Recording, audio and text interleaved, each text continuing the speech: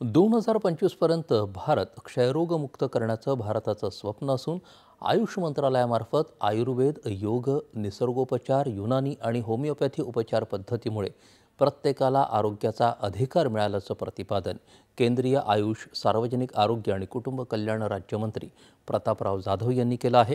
ते आज अकोला इथं एका रुग्णालयाच्या उद्घाटन कार्यक्रमात बोलत होते।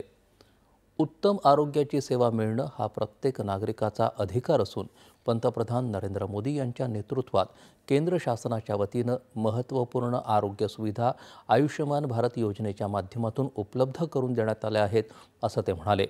यावेळी सर्वोच्च न्यायालयाचे न्यायमूर्ती अतुल चांदूरकर, खासदार अनुप धोत्रे उपस्थित होते। आयुष्यमान भारत योजनेच्या माध्यमातून 70 वर्षांवरील ज्येष्ठ नागरिकांना अतिरिक्त 5 लाख रुपयांचा आरोग्य विमा केंद्र शासनाच्या वतीनं देण्यात येणार आहे।